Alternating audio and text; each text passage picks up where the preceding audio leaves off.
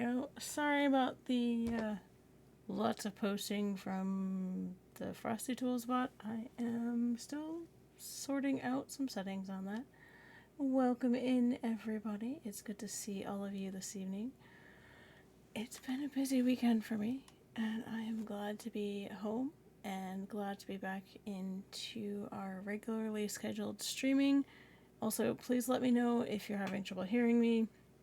I have adjusted my audio a little bit, so I just want to make sure that you guys can hear me still clearly.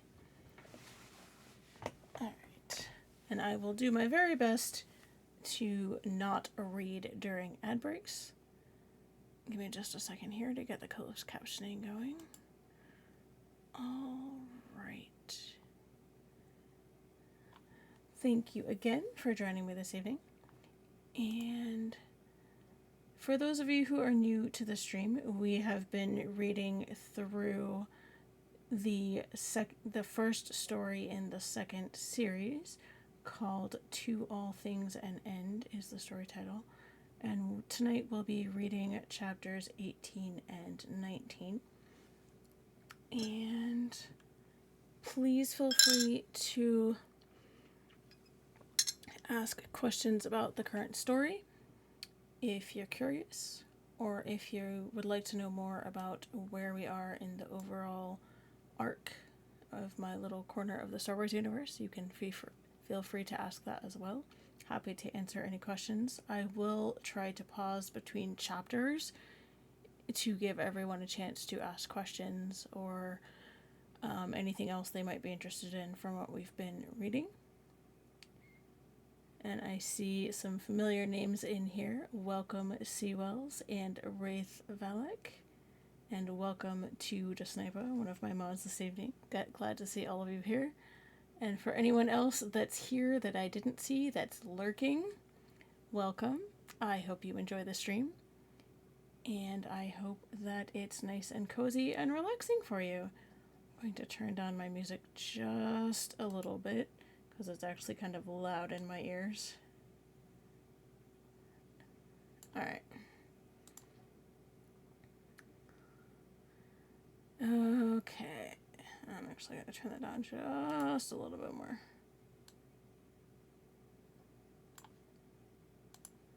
Okay. Alright.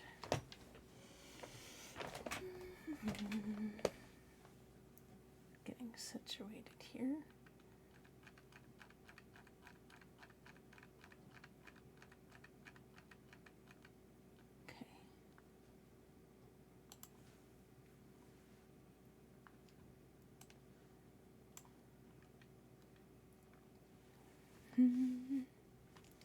To All Things an End, Chapter 18.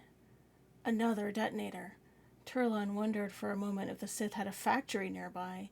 He'd sensed this one drop into a snowbank a few meters shy of his position. His green blade flashed in the blinding white snow, blocking blaster fire from the enemy lines just 20 meters across the expanse of ice and snow. "That snowbank!" Turlon shouted over the roar of battle. "Get away from it, now!" Republic troops, having served with Jedi before, didn't question the order, didn't think twice. They scattered, reforming the line well away from the blast zone and continuing to pour fire into the Sith lines. The small gray detonator went off, superheating the air and melting the snow and ice around a 10-meter crater. While blocking incoming fire, Turlon reached out with a force and lifted the water into the air in long plinths. The freezing winds of Renvar froze the water spikes almost instantly.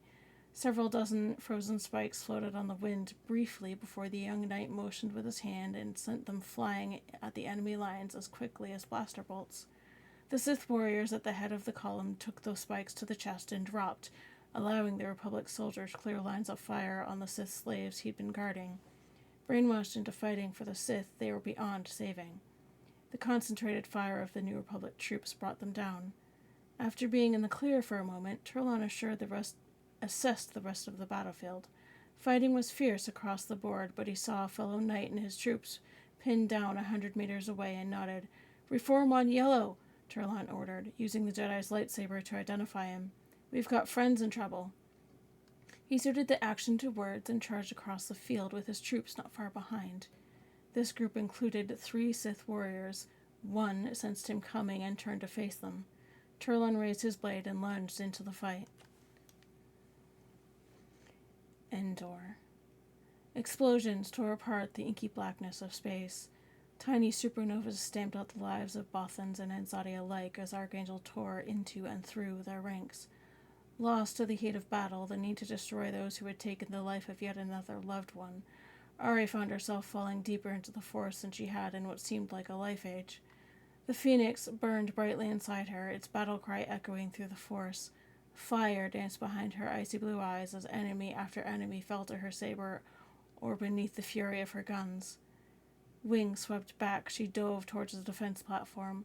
The gigantic structure sent volley after volley of turbolaser fire and proton torpedoes speeding into the New Republic fleet, sowing destruction and dealing death to yet more of her troops. It would fall. Bright green beams of death shot up toward the plummeting angel, but on the wings of the phoenix she danced amid the chaos.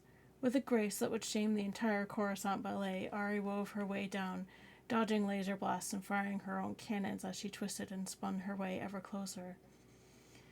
At a mere half a click, Ari flipped Archangel head over feet and fired her stabilizers to land on the platform. The artificial gravity of the floating station rooted her in place. Ahead, guarding the command tower, stood 15 enemy mobile suits. The expanse between them was dotted with turbolaser batteries and smaller cannons designed for use against snub fighter attacks. Ari grinned. Archangel and her pilot merged into one entity. Ari's movements transferred between pilot and machine faster than thought. Nib and Stefan's design proved better than they would have hoped. Sorry. I should have done eye drops. Sorry. The hapless Bothan and Zadi forces arrayed against her fell like so many insects. Ari carved a giant hole into the wall at the base of the command tower. The vacuum of space claimed the lives of all inside as the gigantic sheet of Durasteel floated away. Without a word or thought, Ari armed 2 shadow bombs and sent them floating into the very heart of the platform. She gazed at the battle and kicked in her thrusters to rejoin her squadron. 5 seconds later, the shadow bombs erupted, taking the platform with it. Archangel was cast in a brilliant silhouette against the fiery backdrop of destruction. It was then that Ari finally noticed the light blinking furiously on her comm board. Hastily, she slapped the call button. Phoenix Lead here. Ari, by the stars, girl. Brink's exasperation came through even through the comm distortion. Slow down. Your squad is 7 clicks behind you. I'm going to pause for just a second because I need eye drops. Give me 1 second. I apologize. I should have done this before I started. 1 moment.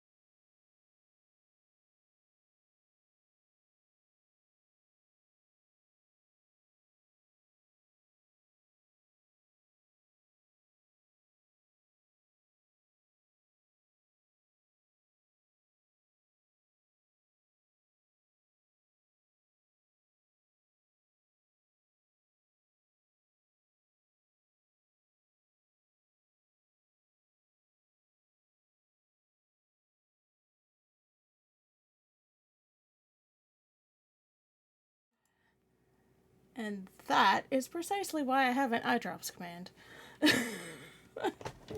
Because I routinely forget to put them in before I start streaming, and after staring at a computer all day, my eyes decide to mutiny on me, essentially. Alright, where were we? Ari, by the stars, girl! Brink's exasperation came through even through the comm distortion. Slow down! Your squad is 7 clicks behind you. Checking her HUD, Ari saw her wingman was right. She'd lost herself for a while there. Calling on the force, she slowed her breathing and her mind and assessed the rest of the battle. Roger that, Brink, she sighed. Reform on Thor's sounder. We'll regroup, rearm, and get back out there. I only hope things are going better on Renvar. Aye, Ari. So do I. So do I. Renvar. Mick stood next to Stefan on the windswept rock of the cliff face. 100 meters below the ledge was the base of the citadel. Further out, the battlefield flashed with blaster fire, detonations, and the clash of lightsabers. The only sound, however, was that of the wind as it howled across the mountain. Bane wiped the blood from his torn lips and eyed the two menacingly. "We need to finish this now," Stefan said. "Einar." "I know." Mick cut him off, his eyes fixed on Bane, his voice echoing with the force flowing through him. He looked to Stefan and had only 2 words to offer the Jedi. "Let go," he said as he opened himself more to the force, allowing it to flow through him like a tidal wave. In the blink of an eye, the conduit charged, his silver blade weaving a trail of light through the frigid air. Let go. He accomplished it just before, with the result that he still hadn't grasped. Stefan had defeated 4 to 5 opponents in a matter of seconds. Not that he hadn't been capable of it before, but the moves, instinct, and the presence of pure force came so naturally because of his training and practice that it gave him new directions to consider. Act on instinct, he thought, remembering Skywalker's journals on one of the main things Obi-Wan had taught him. The Force had enveloped him like no other time he had drawn upon it. He could feel the energy building inside him and around him, just like he had witnessed it doing to Mick. There were new avenues he had seen as he moved, new abilities. In a way, it confirmed what Stefan had been taught by Master Legato and that he had passed on to his children and others that he had taught. The Force was pure power, devoid of any side. Light or dark were just a matter of what was in the user's heart. It didn't require control or release of emotions, only surrender of oneself. Luminous beings are we. Stefan let his control go a second time. It was like he had been thrown into an ocean. The Force completely enveloped him. He could feel it flow through his body and mind in just the fractions of a moment. He could feel the charged energy around him just as he had seen with Mick. I should have learned this and passed it on years ago. He charged as fast as Mick was running with a renewed spirit. Bane could see their renewed strength and drew himself up before rushing to meet them head on. Endor. Andrea could feel it from across the galaxy in Blue Talon's cockpit. She could tell it was her father and Mick, and could sense their presence shining brighter than anything she had ever felt from either of them. She kept her senses open as she and her escort flew through the melee that Ari was leaving in her wake, tearing up cruisers and fighters alike, while West Danik's fighter kept her clear. A Lancer-class frigate dropped down from behind a cruiser that was shielding it and opened up with all of its guns on Andrea in her flight. She saw Wes's wingman take a hit, and shrapnel from the explosion hit Danik's Nighthawk. Several hits connected with Blue Talon, but the quantum plating withstood each strike as Andrea sent a shadow bomb into the midsection of the frigate. The beryllium warhead erupted through the ships and split the Lancer in 2. "Blackhawk lead, are you all right?" she called on the comm as she checked to ensure there were no fighters nearby to pick anyone else off. "That shrapnel I caught knocked out my starboard engine," she heard over the alarm that must have been going off in Wes's cockpit. "I can still fly." "Are you sure?" she asked him. "Back to Valkyrie with you." "My lady," he began to say. "That's an order, Commander," she told him, turning Blue Talon's visual scanners in the head to look over his fighter. "You're only at 50% power, and I won't have you sacrifice that. Hawks 3 and 4, make sure he gets back to the ship." "Aye, ma'am," they both replied.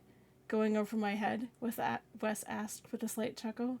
"Only because I don't want to lose a great pilot," she said with a wink, turning Blue Talon to see a pair of Bothan mobile suits getting ready to charge.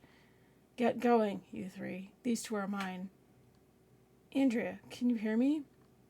Ari's voice came over the comm, which comforted Andrea as she dispatched one of the mobile suits by swinging her beam saber around and decapitating the second one. "I read you, Ari," she said as she momentarily backed away from her area of the combat zone. "Is everything all right?" "I was going to ask you the same thing," she answered as Ari's image appeared off to the side of her view screen. "I felt the Phoenix rising when I was taking care of an assault cruiser. Next thing I know, you're on the other side of the battlefield." "We're reloading and refueling on Thoris Sounder now," Ari told her. "Do you need to reload Blue Talon's torpedoes?" "I reloaded a while ago, and I'm still using more of my turbo Gatling's saber and beam cannon. I still have a good amount left in my magazines." Andrea, Ari began to say. Kate, I know, the Yunkatani said as she lowered her head and sagged slightly against the flight harness. Ari, did you feel what I did along with that? Einar? Andrea nodded. I know that Daddy, Mick, and the others are there, but I'm still worried where he's going. We can't help him from here, Andrea, Ari told her. All we can do is hope that the others can help him. Where are you now? I'm at Mark 223. My flight lead got hammered and I'm sending him back to Valkyrie with 2 others covering him. Loop around. Meet me outside Thoris Sounders' landing bay and we'll team up. Roger that. I'm on my way. Renvar.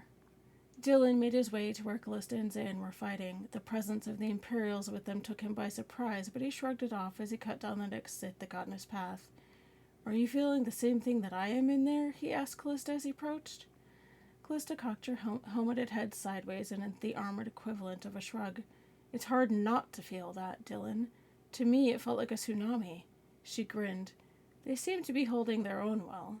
She then glanced at Zan, not mentioning what had happened minutes earlier. I'm not talking about Dad and Mick, Dylan told her as he looked up at the Citadel. I'm feeling Einar's emotions up there right now, and they're not good.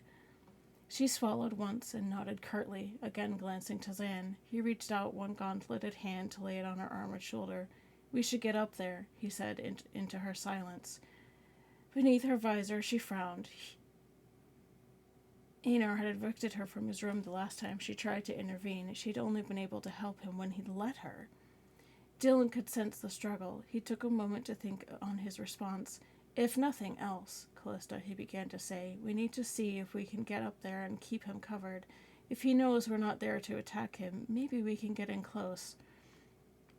Agreed, she said, finally, all business again. Zan nodded as well. I'll cover you, he told them. You're the only chance he has right now, Callista.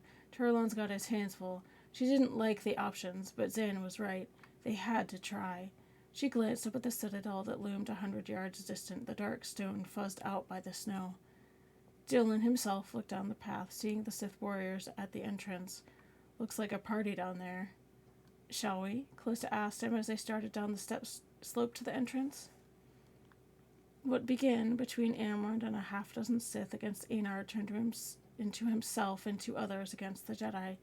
But he's not holding back now, Amron thought as he came against Einar, backhanding his lightsaber and bisecting one of the others. It was 2-on-1 now. Einar knew he was coming almost at the same instant that Amron decided it. He turned and blocked Amron's blade as he turned away from the Sith that he had just dispatched. His offhand lifted and sent a powerful force push that sent Amron flying back against the wall. Stone cracked from the impact. By the time that Amron had regained his senses, Einar was standing in front of him, waiting. The Sith looked up and saw the other remaining lying in pieces on the floor. You've been looking forward to this for some time, Einar said as he taunted Amron forward. Now I am. Come on, Sith. This is the one time you'll experience such a thing before you die. I can't help him right now, Stefan thought, as Bane's blade blocked his roundhouse strike. He could sense it as if he were in the room when he fully opened himself to the Force. Einar was falling. It was becoming more evident now that Stefan could see it in the Force. It had all started back on Korriban for Einar, and it had just culminated here. The Sith. Bane has his people on Endor. They know who to target. This was part of his plan from the beginning. Bane turned to block Mick's assault, but Mick ducked beneath it. To anyone who witnessed the battle, no individuals were to be picked out. As the 3 moved with such speed, there were only blurs of silver, blue silver, and black as their blades flashed in the darkness. Mick swung his blade up as if to uppercut Bane, but the Sith Lord backed away. Stefan came in behind, grabbed Bane's cloak, and hurled him over his shoulder. Bane went flying through the air, and Stefan jumped in to attack as Bane recovered, sending a kick into Stefan, which sent him towards the ground. Mick was right behind Stefan, matching Bane blow for blow with such speed. They landed not far from Stefan, and he joined the fray once more. The 3 moved with such swiftness of speed and strength that Bane exchanged strikes back and forth with the two as they moved all over the grounds outside the citadel. "We've got to end this," Stefan told Mick silently through the Force. "I'm open to ideas. I'm pulling every move I know." He realized that so far this contest had only tested a few of each combatant's abilities. There was still the issue of... Bane came to the realization at the same time that Stefan did. No sooner had he discovered it when he blocked Stefan's strike that he extended his hand towards Mick. Force lightning erupted instantly from his hand, and Mick was just barely able to get his blade in time to block it. But it gave the Sith the opening to call up a whirlwind that pushed Stefan and Mick back some distance. The two Jedi were able to land safely and blocked the storm as Bane came closing in, his offhand sparking as if he were about to release more lightning. Then, a form of it hit him in the center of his chest, sending Bane flying back this time. It took Mick by surprise, as it looked more like a ball of energy than lightning, which had hit him. He looked towards Stefan to see the Master's hand still outstretched. Wasn't the only one who could call upon that ability of Force lightning, he told no one in particular as he kept his eyes on the Sith Lord. Not everyone has to fall to their inner darkness to use it either. He charged Bane again, saber held ready. Mick was right behind him. Nearly every move. Mick reached out as he charged, chunks of rock and ice separating themselves from the cliff face as he ran, hovering behind the rogue before flying past him towards the Sith Lord. Bane raised a hand and a wall of Force energy. Rock and ice slammed into his shield, and Mick could feel his strength waning with each impact. The shattered bits of stone caught up on a wind fueled by the Force. They swirled around the Dark One, pummeling him just as Mick reached striking distance. The rogue's blade leaped out between stone strikes, and Bane struggled to keep up.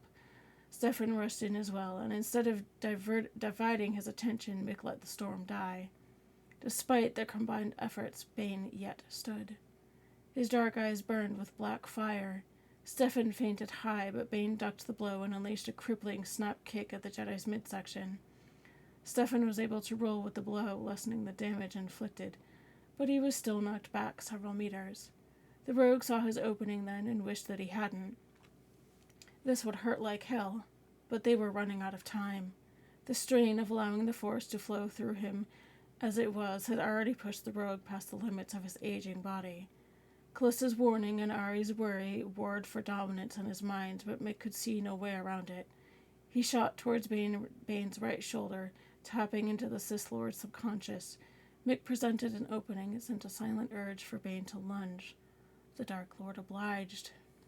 Bane's black blade plunged into Mick's midsection, searing through flesh and sinking to the hilt. The pain shot white-hot to the rogue's brain, but he shunted it. He could taste his own blood on his tongue, but ignored it.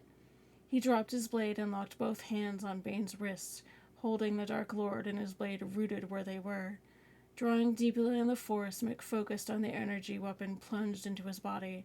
With a technique his master had taught him life ages ago, the rogue drew on the weapon's energy, storing it, hoarding it, draining it. The black blade flickered twice and died, and the Sith Lord's eyes grew wide with fear as a wicked smile spread across Mikron's face. The added power bled from the rogue in tendrils of lightning that engulfed both combatants and rooted them in place. The Force sealed the wound, healing its conduit as Mick drew all of it into himself and focused it into a ball of telekinetic energy. He released Bane's wrist and shoved with both hands, and all of the energy flowed within and through him. The telekinetic blast caught Bane square in the chest. Bones snapped beneath the hammer blow, lungs pierced, and deep tissue bruised. The Sith Lord flew back towards the rock wall of the citadel at the speed of a blaster bolt. The impact rocked the tower to its foundation, and a shower of stone and mortar rained down upon his crumpled body. The storm waned, and the fire in Mick's eyes faded. His breathing came ragged and heavy, and his strength nearly failed him. He bent down and retrieved his saber, glowing where it lay. Stefan was at his side in a moment. "Every move you know?" The Jedi arched an eyebrow. "I may have been fibbing," Mick said weakly as the two approached the crumpled body of their enemy. Bane's jaw was shattered, his body broken and half buried beneath the rubble.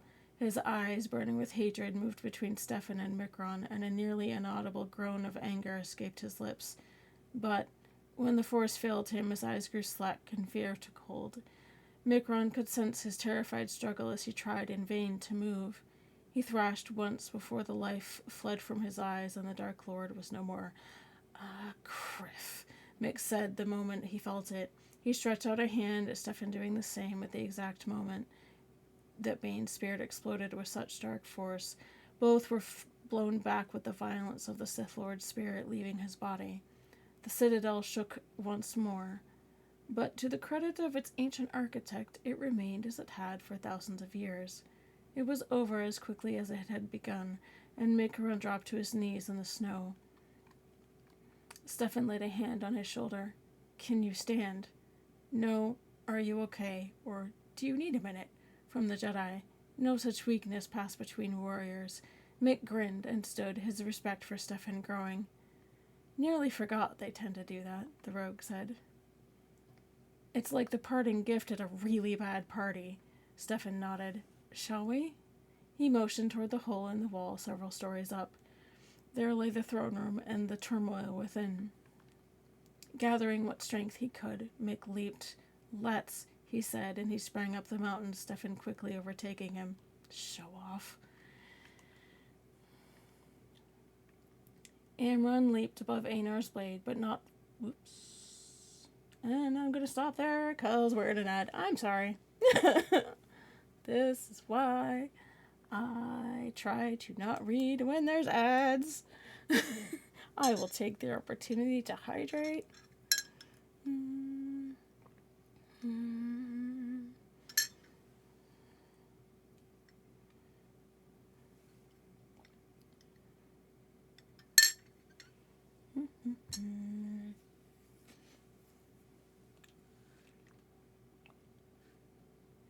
All right.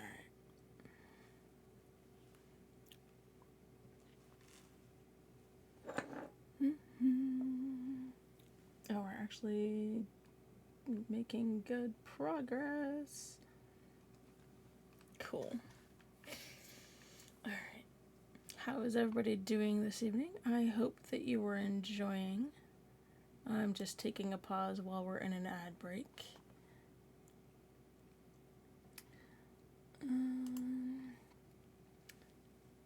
And we'll return in about 20 seconds. Take an opportunity to get a stretch or get a drink of water yourself. I sit all day, so I have to remind myself to stretch and hydrate. All right, and we're back.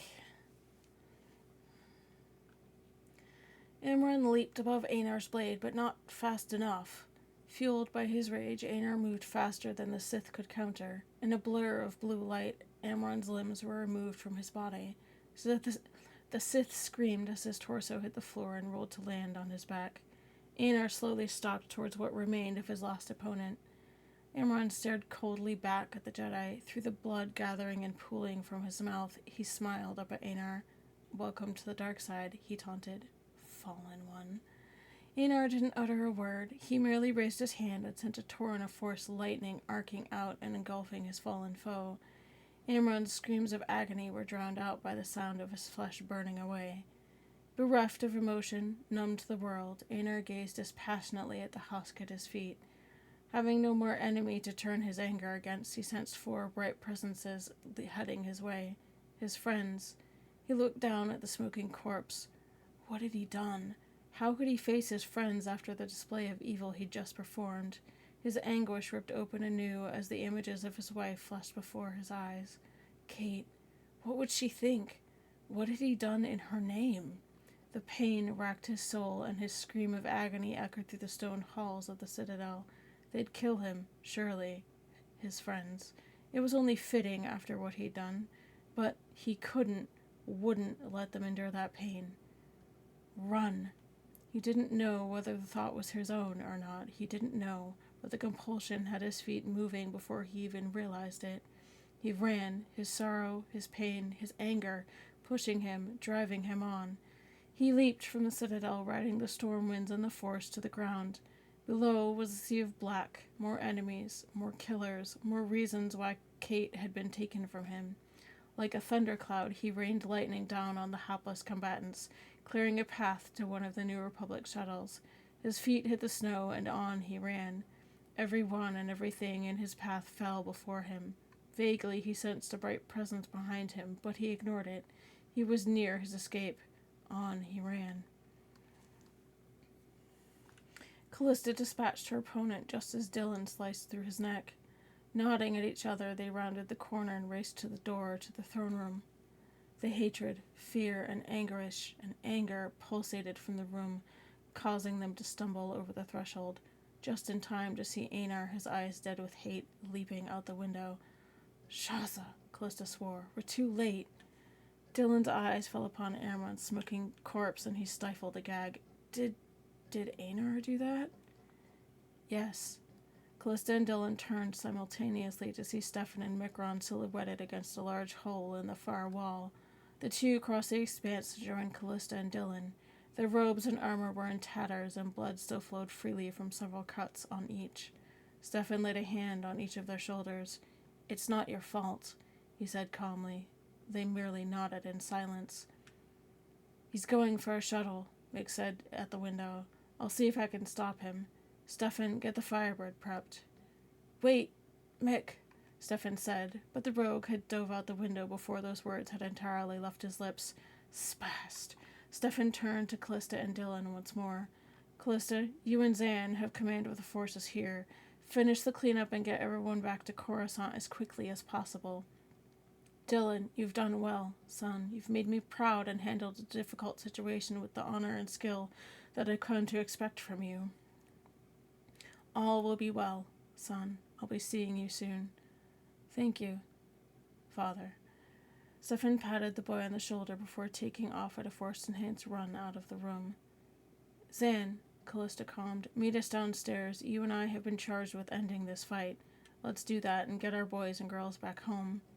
Dylan nodded, and they took off after Stefan to rejoin the troops still battling outside. Einar! Mick shouted as he closed with the fleeing Jedi. Sith and New Republic troops alike lay dead or dying along the path. Stop! The rogue put the force behind his words and reached out his hand towards Einar. The push sent the ersatz Jedi sprawling in the snow just meters before the shuttle. He was on his feet in a heartbeat, anger in his eyes as he fixed his gaze upon Mick. Leave me be, outsider. Einar unleashed a torrent of lightning in the rogue's direction. Mick barely dodged. He rolled under the onslaught and ignited his silver blade. He didn't want to cut down Einar, but if things went sour, he conceded that he might have to. He swung at the Jedi's right shoulder, but Einar had his blade up and ready before the blow landed. Their blades locked together, and Einar's gaze bored into Mick's. You will not stop me, Einar hissed.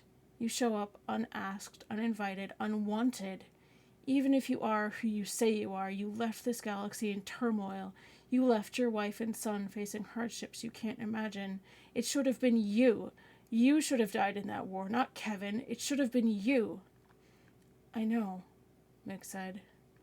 Einar had no more words. A scream erupted from him, and Mick was too tired from the fight with Bane to do more than soften the blow. The rogue was hammered with a telekinetic blast. He flew through the air to crash into a snowbank 10 meters away. His vision clouded over, and as he struggled to stand, he saw the shuttle lift off and jet away. Stefan, Mick calmed. I couldn't stop him. Is the Firebird ready?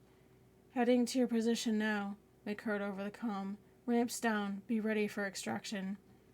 Roger that, Mick replied as he saw the disc-shaped freighter approaching. He gathered his energy and leaped onto the waiting boarding ramp before stumbling to the cockpit, the ramp closing behind him. Once there, he slipped into the pilot's chair. Got his course? Nearly, Stefan replied, switching controls over to Mick and turning to the navigation computer. It looks like Coruscant. Why would he be going there? Instinct? Mick shrugged. He's pretty torn up inside. He wants to run, but he doesn't know where to. Coruscant would be like autopilot for him. The course is plotted, Stefan said. Punch it.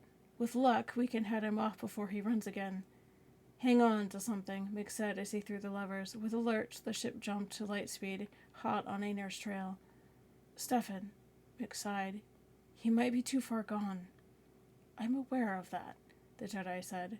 Just let me face him. I know him, and I'm not ready to give up on him just yet. You've got it, pal, Mick nodded. We're pushing point 8 right now. That puts us at Coruscant in 12 hours. It ought to take that shuttle at least 18. I'm going to get a shower and try to patch up a bit. I suggest you do the same. Stefan looked at his own torn robes and the numerous wounds beneath them. Finally, the pain of the fight caught up with the Jedi, and he sighed as he slowly stood. He made his way to the crew showers with a slight limp, but not before he coded and sent a brief message to Ari. If he and Mick couldn't stop Einar, perhaps his old master could. If things were going well above Endor. All right. And I'm going to pause there for a little bit. And if anybody has any questions or comments or would like any clarification on anything from Chapter 18, please feel free to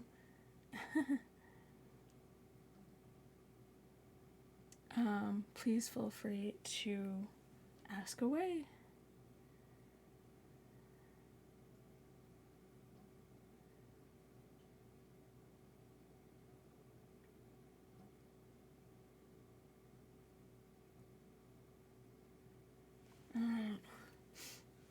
Also, that automated message does pop up periodically. As a reminder, these stories are all written by myself and friends over the last 20 years or so. And there's a more detailed explanation in my About panels if you're curious. I share these with the understanding and that they are that they're fan fiction. I'm not making any money off of them. I share them because I enjoy writing and I enjoy sharing it with you. So I hope that you're finding it engaging.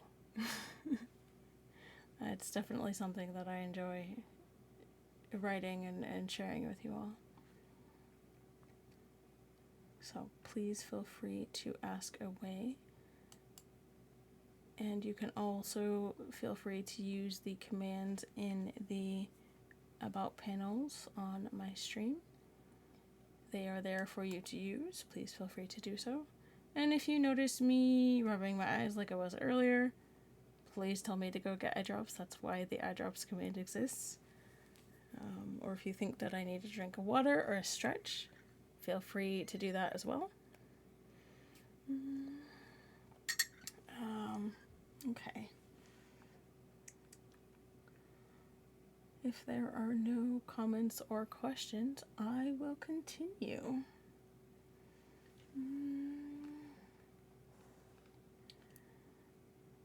Chapter 19.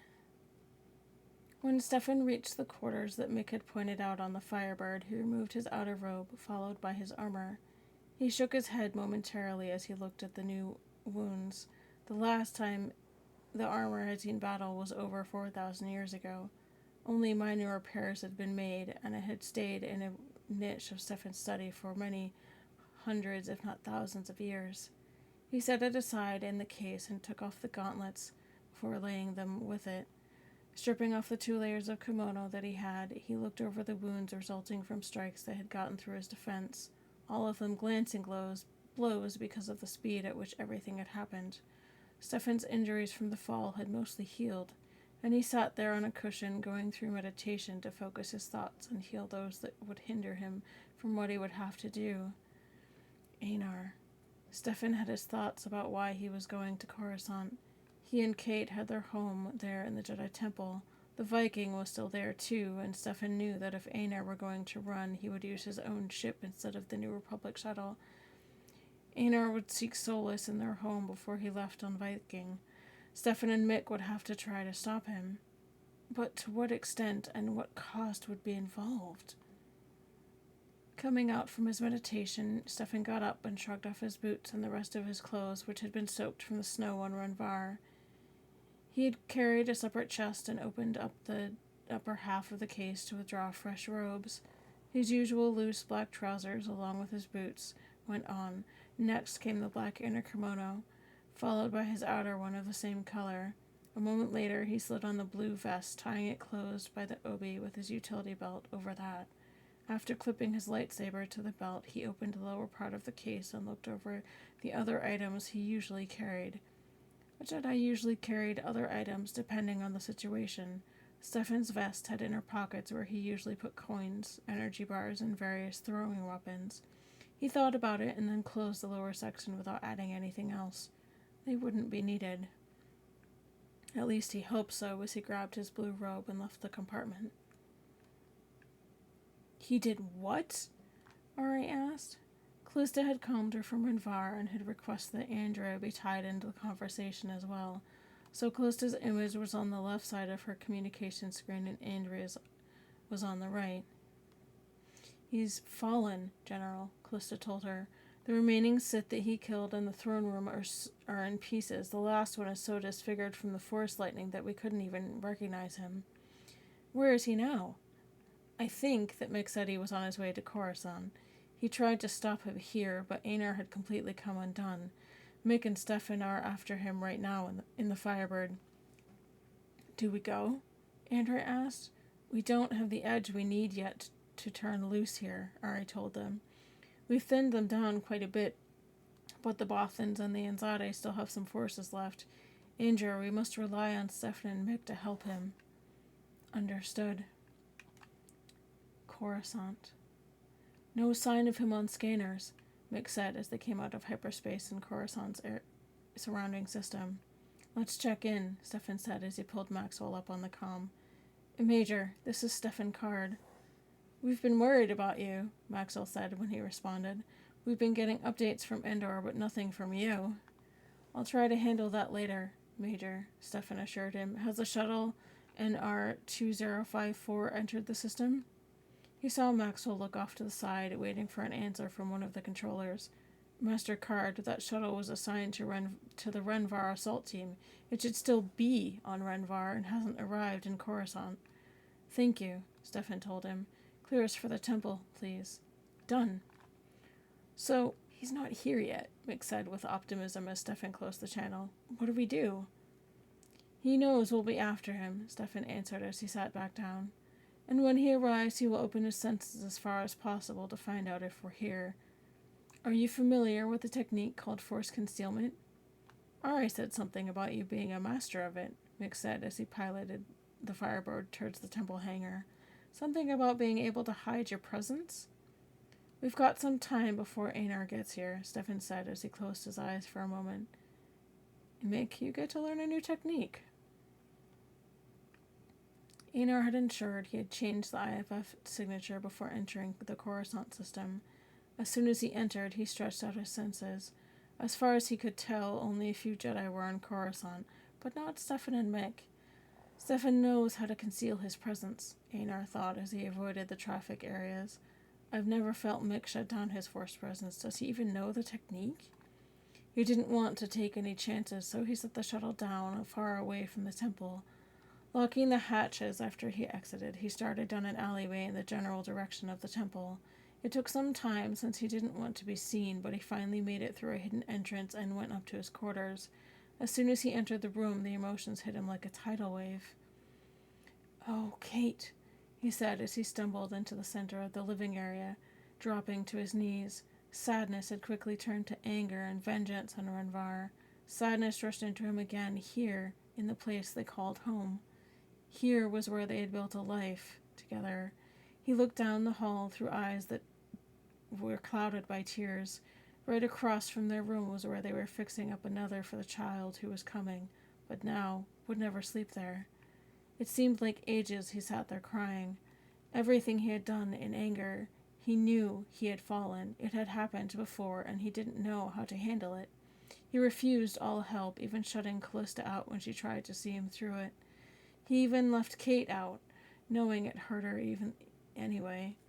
Thinking of it again brought tears to his eyes. He believed Stefan knew what had happened, not entirely, but there had to be suspicions.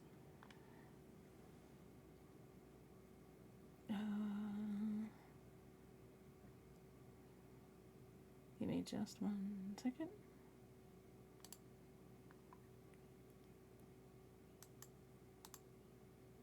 Okay.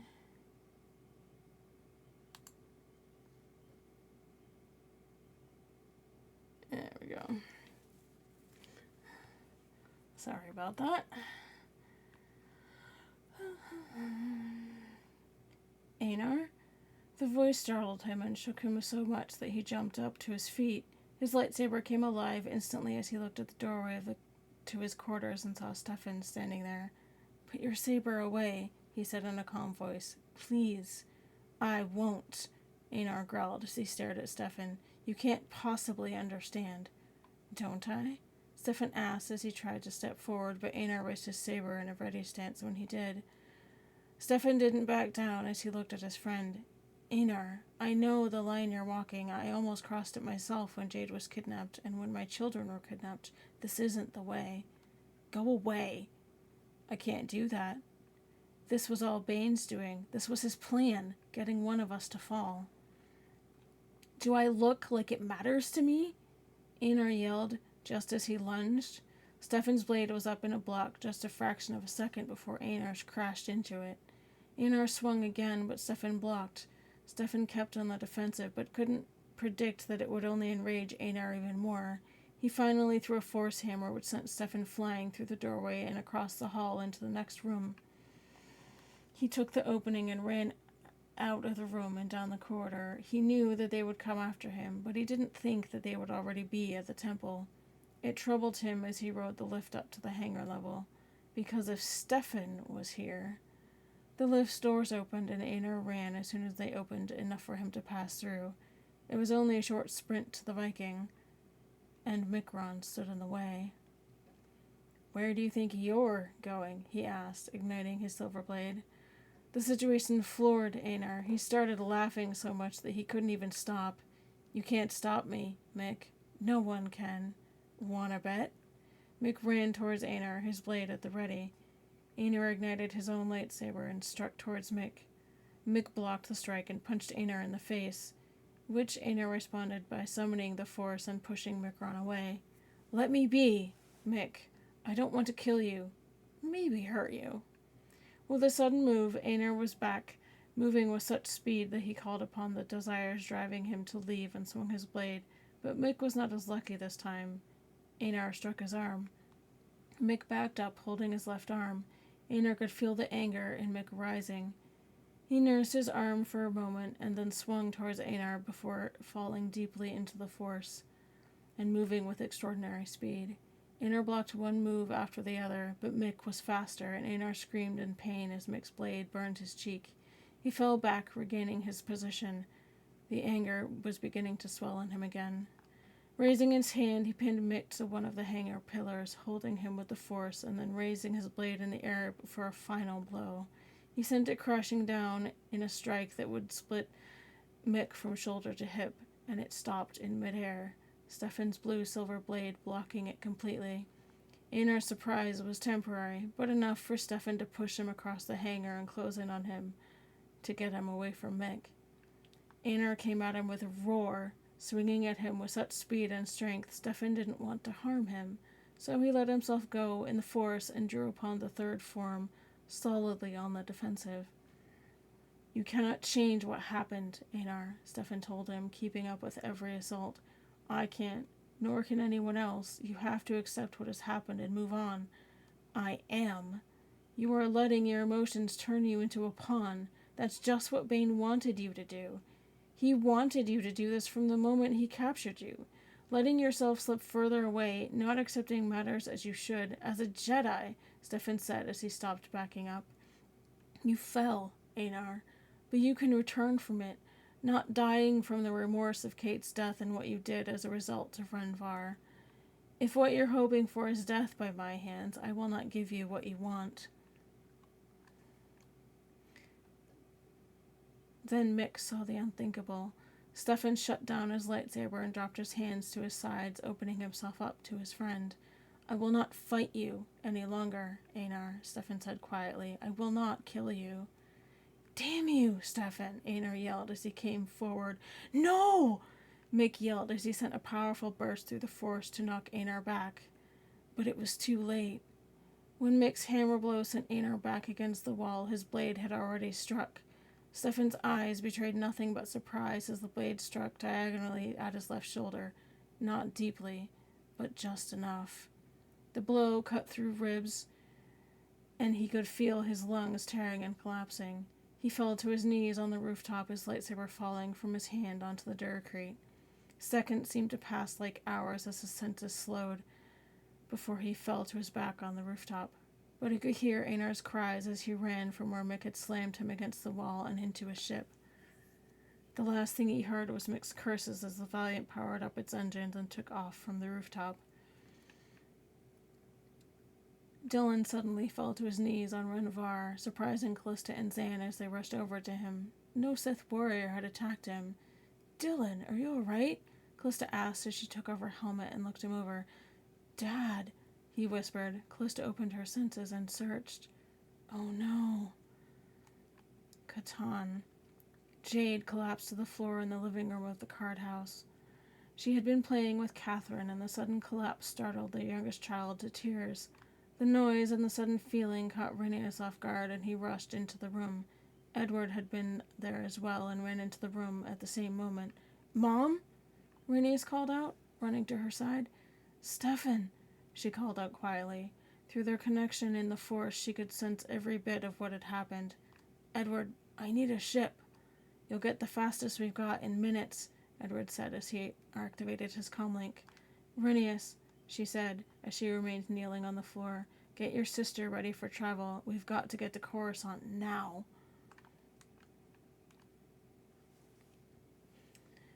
Endor. The feeling hit Ari like a ton of permacrete blocks. She completely stopped her advance on the Bothan lines. "Stefan. Oh, gods. Archangel and Blue Talon, are you all right?" She barely heard the comm channel. She looked over and saw Blue Talon floating free next to her, and she could feel the turmoil suddenly present in the mobile suit's cockpit. "My God, Einar, what have you done?" Blue Talon detaching from operations, she heard Andrea's voice, weakened, responding to the call from Thora's sounder. A moment later, she saw the suit transform to its flight mode and move away at full speed from the combat zone before entering hyperspace on a direct route for Coruscant. "Archangel to Thora's sounder," Ari called to her flagship. "I'm coming in. Have my Z-Wing ready to fly as soon as I arrive and lock down my mobile suit while I'm away." "General, what is—" "Just do it!" Ari screamed as she flew at near dangerous speed back to the ship. She had to get to Coruscant and fast. She couldn't feel Stefan's presence anymore. Coruscant. The pain in his arm near forgotten, Mikron rushed to Stefan's side. Vaguely, he sensed Einar's presence diminish as the ersatz Jedi took to the stars again. His attention, however, was on Stefan and the Jedi's shallow breathing. The gash across his chest wasn't deep. Perhaps Einar had second thoughts mid-swing, but it was deep enough. Too long and too ragged for the lightsaber to cauterize the wound completely. Blood soaked the Katani's robes and began to pool on the Duracrete rooftop. Mikron was no healer. He didn't fully understand the way that things went together in a person. That was Ari's area of expertise. The rogue could still sense Stefan's presence, weakly clinging to a body that was slowly leaking life. Mick tore off the cloth surrounding the wound. The gash ran from Stefan's left collarbone to his right floating ribs. Einar's death blow had cut through bone, muscle, deep tissue, and at least one of Stefan's lungs. It was amazing that Stefan was breathing at all. "Hang on, pal," Mick said as he knelt beside the fallen warrior. "Just hang on. I'm going to try and seal that wound. It's probably going to hurt like hell." The rogue didn't know if Stefan could hear him, but for a moment Mick could almost hear his laugh. Mick was no healer. He couldn't shut down Stefan's pain receptors. He couldn't make what he was about to do hurt any less. All that he could do was close the wound. He could put the pieces back together, as much as he knew that this would hurt. He could see no other option. On the periphery of his senses, he felt the Phoenix growing closer, but if Mick didn't do something, she'd arrive too late. Closing his eyes and placing a hand above the gash on Stefan's chest, the rogue began to fall into the river of the Force. He started with the lung, grabbing each edge of the cut, holding it together using the force to urge the cells to grow, sealing the cut. Stefan's back arched with pain as the tissue stretched, grew, and fused. His lips curled back in a silent scream, and a white-hot pain shot through his brain. But he felt it. He could still feel things. At least there was that. Ari fumed within the cockpit of her Z-Wing. Archangel, the beauty that she was not equipped with a hyperdrive. Every cubic centimeter of her was solely devoted to making her the deadliest weapon in the galaxy. There simply wasn't room for a hyperdrive. None of that mattered at the moment, though. Ari couldn't sense Stefan anymore, and she feared the worst. She knew the rogue had survived the ordeal through her link with Micron, but he felt strained somehow. Impatiently, she checked the chrono again. 15 minutes to reversion. Maybe she was close enough. She closed her eyes and focused on that spot within her where the warmth of the phoenix could be found. Gently, she awoke the great bird within her. Fire danced behind her eyes. The phoenix was still hungry for battle, but Ari was in control. Ari was the phoenix, and the phoenix was Ari. She fell into the force and stretched out her senses. She found him quicker than she'd expected. Her rogue shone in the force as a maelstrom of silver light. He was not drawing on it, but letting it flow through him as though he were a floodgate, opening just enough to allow the force to pass through his body in a torrent instead of a tsunami. But he was straining. His body was failing. Ari could see it plain as day through the force. He was trying to seal... Whoops. And I'm going to stop there because there's an ad. I wish there was a sound for that. I'm going to stop there. Give myself a drink of water.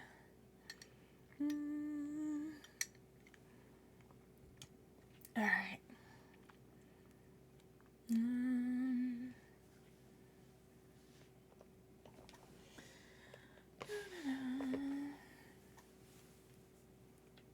Take an opportunity to stretch.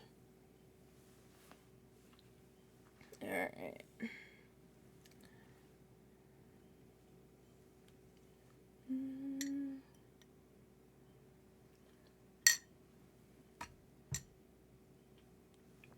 Okay.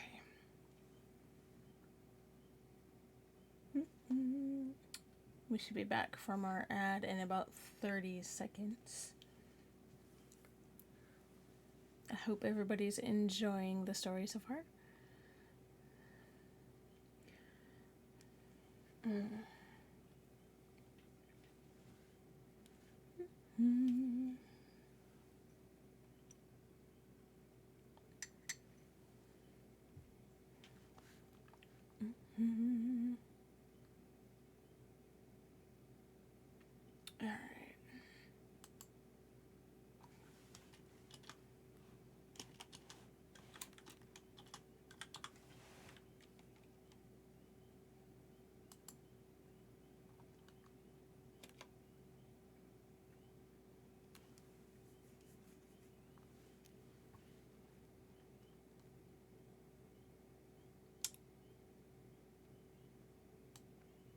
Okay, looks like we're back from our ad. Alright. His body was failing. Ari could see it plain as day through the force. He was trying to seal a wound in Stefan's chest, his attention solely on his task. He probably didn't even notice the lines forming on his face or how his skin was fading to an ashen gray. He was killing himself, and he didn't even know it. Micron, she sent. Rogue, seal the wound. I'm on my way. Fast? His concentration was focused on his task, and he could only send a brief one-word query back. 10 minutes, Rogue, she replied. I'm not about to let Stefan die, and I'm not going to lose you either. You're pushing the limit. Affirmative. Stop!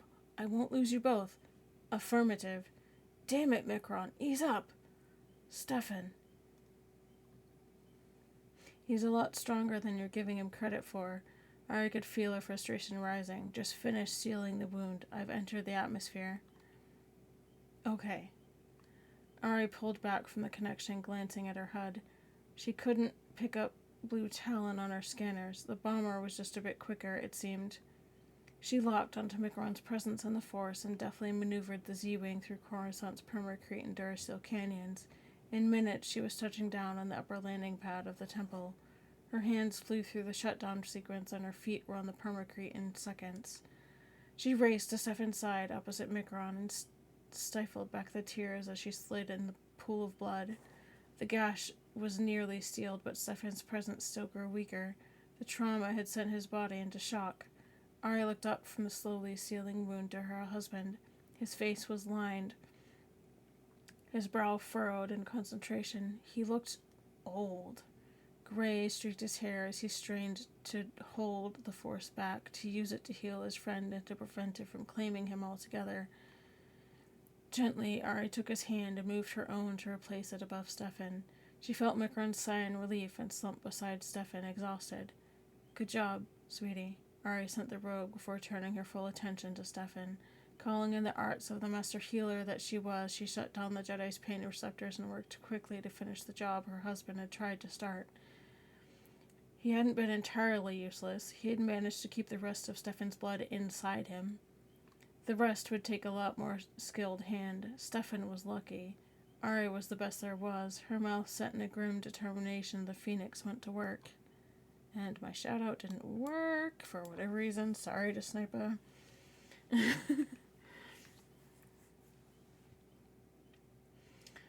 Renvar. Turlon had felt his master's fall. He'd felt the struggle, the anguish, the confrontation. It was all he could do to focus on the here and now. A huge part of him wanted to abandon his post, commandeer a shuttle, and tear through space after him. He'd sensed his grandfather and Master Card do just that. He could also sense his grandmother from across the galaxy speeding on the wings of the Phoenix to aid them. Deep down, as much as he wanted to be there, he knew that he couldn't help. He knew that there was little he could do for his master. He also knew that there was still work to do on Renvar. Micron and Stefan were their biggest guns, and while victory seemed near, he knew they couldn't afford to lose any more Jedi from the battlefield. The Sith forces were in disarray, but they were still a threat. Pockets of heavy resistance were scattered across the snowy fields and huddled in the various buildings surrounding the Citadel. Many had fled upon the Dark Lord's death, but still more would fight to the death. The battle was turning in the Jedi's favor, but it wasn't over yet. Turlon led a group of New Republic troops with Dylan Card. He knew Dylan. They were friends. As much as Turlon wanted to leave, he knew Dylan would be feeling the urge to be by his father's side even stronger. He looked at his friend, and his respect grew as he observed the grim determination to finish the task at hand etched upon Dylan's face. They reached a bunker where the dark presence of the Sith was strong. The blast doors lay open like a dark maw. Turlon ignited his green blade. It had belonged to his father, Kevin Din, a hero and a Jedi. He could almost feel his father's strong hands wrapped around the hilt with his. He tapped into that strength and nodded silently to Dylan. Ahead of the New Republic troops, the two breached the doorway and waded into the Sith forces awaiting them on the other side. Coruscant. Blue Talon eased down onto the rooftop landing pad with a grace that belied the skill of her pilot. In moments, Andrea was at Ari's side. Tears filled her eyes at the sight of her father, motionless, lying in a pool of what she knew was his own blood. She saw Micron to one side, slumped and looking haggard and worn. She looked to Stefan's blood-stained chest and saw the last of what had to have been a huge gash seal itself shut. Ari opened her eyes then, and Micron looked up. "His body is healed," Ari said, but Andrea heard concern pitch the master healer's voice. "I can't find him, though." "What do you mean?" Andrea asked, her eyes searching her father's face. His chest rose in even, if shallow, breaths. He looked like he could get up at any moment, but he remained unmoving. "It's like he's not there," Ari explained. "His body is whole, but his spirit is elsewhere." "He's not crossed over fully," Mick said, his voice ragged and strained. "I think I know where he is." "Micron?" Ari looked at her husband. Andrea searched his features as well. There was a sadness radiating from him, and a little fear. "I've been there," Micron said. While I was gone, I wasn't dead, but I wasn't alive either. He's there now, in a place in between. I have to go after him." "What?" Ari and Andrea exclaimed at the same time. "What do you mean, go after him?" Ari asked. "I couldn't wake up without help," Mikron sighed. "Someone guided me back. That place is an eternity of fog and memories. Stefan will need someone to help bring him back to his body." "And what's to keep you from getting lost again?" Ari protested. "Mick, look at yourself. You can barely stay upright. You're barely holding on as it is. What's to prevent you from getting lost as well?" "I've come back once," the rogue said, determination strengthening his voice. "I can do it again." "Master Ari, please." Ari looked to Mick again and then back to Andrea and finally to Stefan's motionless body. "Fine," she sighed, "but I'm going with you." Mikron looked like he was about to protest, but he merely nodded. He moved to a kneeling position directly across from Ari. "Take my hands," he said. He looked up to Andrea then. "We'll need you to stay here. Open yourself to the Force and project yourself into it." "Thank you." "You'll be our anchor. We'll use you to find our way back. Lock onto your love for your father. Hold on to it. Use it." Andrea nodded in silence and drew on the Force. Her mind flashed with every happy memory of her father. Her love for him shone within the Force like a beacon, and her hope for him shone even brighter. Ari and Mick knelt on either side of Stefan, their hands entwined above the fallen Jedi, and both began to fall deeper and deeper into the Force. Their dual presences burned brightly atop the roof of the Jedi Temple, and the Force swirled around them, a tangible thing. Despite the strain, despite the battle weariness that threatened to consume him, despite the fact that his body was warring valiantly to give up, Mikron's face was set in a look of absolute peace. Ari's face mirrored his, eyes closed, restful. "Here's the tricky part, love," Mick whispered, but his voice carried on the currents of the Force. "We have to let go, completely. Allow the Force to take us. It feels like dying." "I'm ready," Ari replied. Her voice carried with it her resolve and her trust. "Latch on to me as I latch on to you," Mick said. "If we stay connected, we'll have a better chance of finding each other on the other side. Let yourself go." His voice began to fade. "Hold on to me," a whisper on the wind. "I love you." It was less something heard and more something felt. The Phoenix and the Conduit merged into one entity, their spirits entwining and falling entirely into the ocean of the Force. For Mick, the blinding whiteness of it all was both familiar and a little disconcerting. For Ari, it was like nothing she'd experienced before. Their love kept them bonded together at the spiritual level, and nothing could separate them. They'd made it to the other side. The only thing left was to find their friend amidst the fog. Thoughts passed between them instead of words, their minds merging with their souls. "How do we find him?" the part that was Ari asked. "Remember him," the part that was Mick answered. There was a feeling like movement as Mick and Ari focused on memories of Stefan. Time was inconceivable here. They passed through the fog, searching for years, eons, seconds, until finally they felt they were close. Andrea's eyes widened, and fear nearly took over. Her father's body began to glow, and Mick and Ari's bodies followed suit. To her horror, all three bodies began to fade, but they did not disappear completely. Steeling herself, she refocused on projecting herself and her love into the Force. She only hoped it would be enough to guide them back. "It's clearing out some," Ari noticed as they continued to where they felt Stefan's presence. "What is this?" Mick asked as the fog lifted slowly. They looked around and then found themselves at the edge of an open field, close to the base of a mountain. There were many more around, coming into view now, the sounds of gentle breezes and flowing water all around them. "What in the Force?"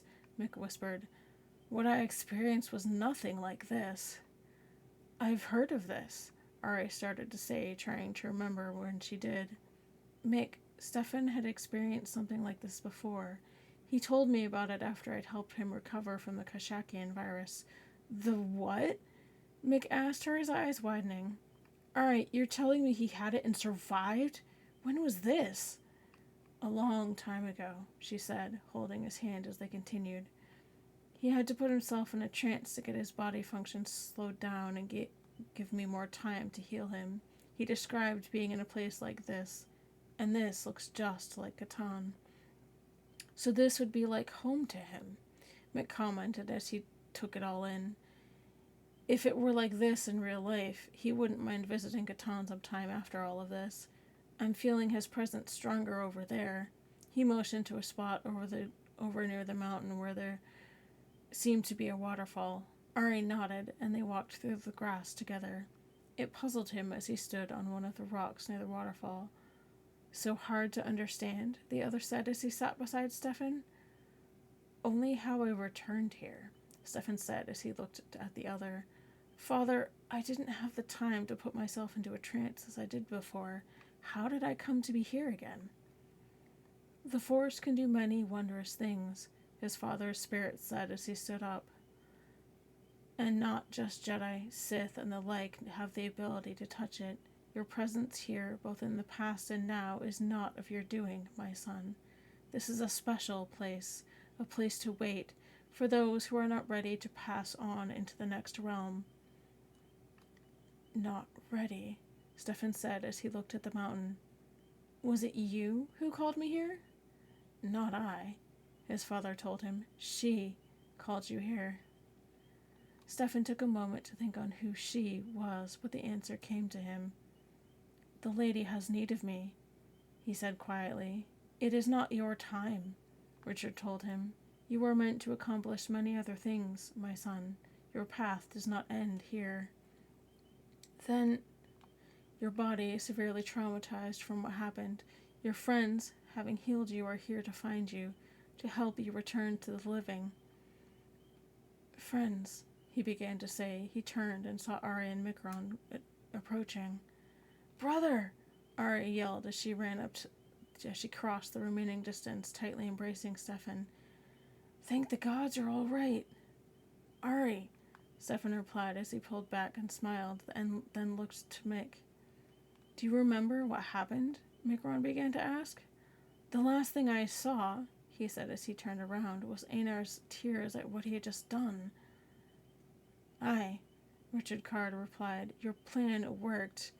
Einar Orn Algeron, through your willing sacrifice, has turned back from the path he started on. But there is still much for him to face, much remorse and sorrow in his heart for what has happened. There's no telling where he's gone now, Mick said, still taking it all in.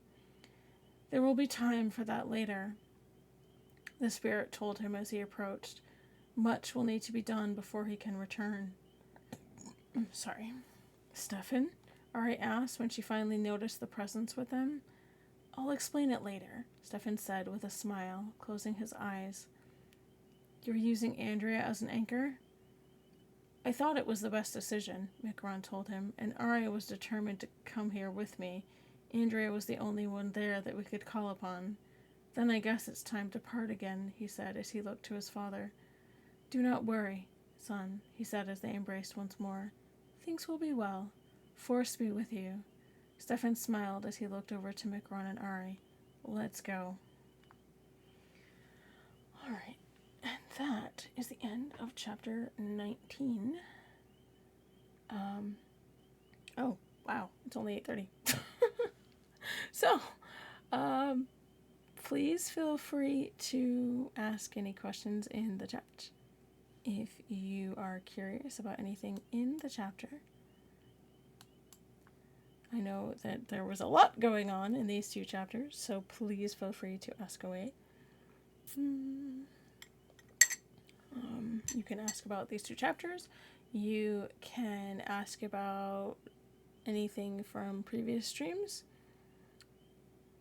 As I said at the beginning of stream, this is the first story in the second series. The first series was called Reflections of a Padawan, focusing primarily on Callista Jassarin, who is my original character. This particular grouping of stories has been written over the last 20, oh goodness, almost 25 years, I guess. Originally, it started out as a cooperative effort between myself and a handful of friends, and then kind of dwindled as life took over for most of us. And with the more recent stories, the Daughter's Quest series, it's mainly me. The series that we're reading now is called The Sith Duology, and the story is To All Things an End. And we are actually getting pretty close to the end of the first story. There is just 2 more chapters left, which I will be reading next Wednesday. And then we can start on the second story, which is called Redemption. Yeah, it's a little disconcerting to actually think about how much time all of these stories have spanned. It's been more than half my life, if I'm being honest. It's been a long time. Yeah, because I started writing when I was still in high school, so yeah. Been more than, probably 20, 24 years, something like that. It's definitely been a while.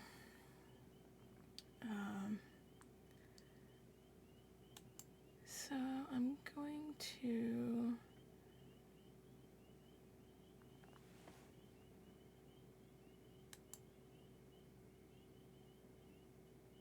let's see.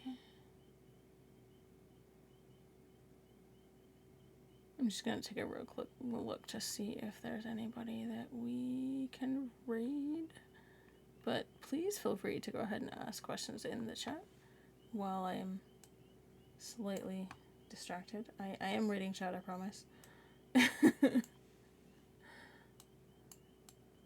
just taking a look at the raid list. Ooh. I know who we can raid. Alright, guys. I know it's a little early, but I am going to go ahead and raid out. So give me just a second to get that set up. Alright.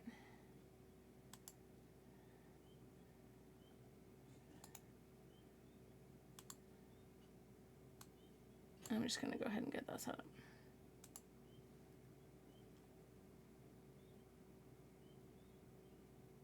Okay.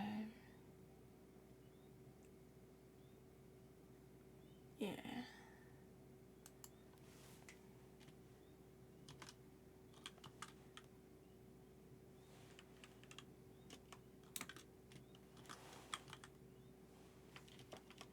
Okay.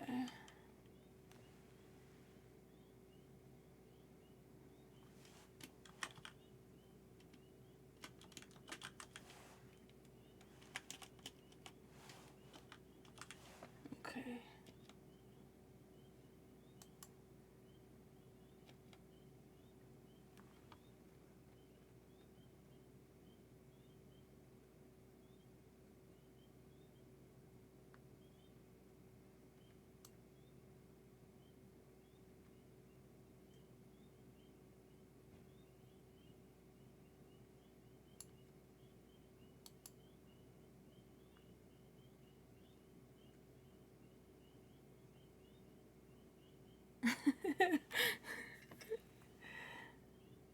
Alright, let me...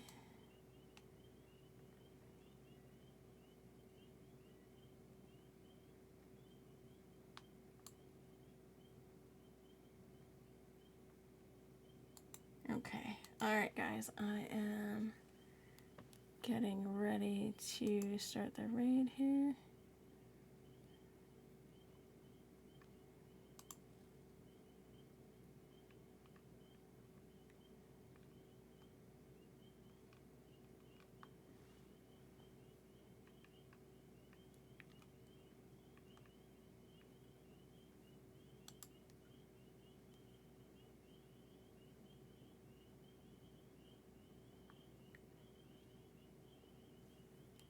Okay, give me 1 second. Stuff has been a bit weird. Okay. There we go.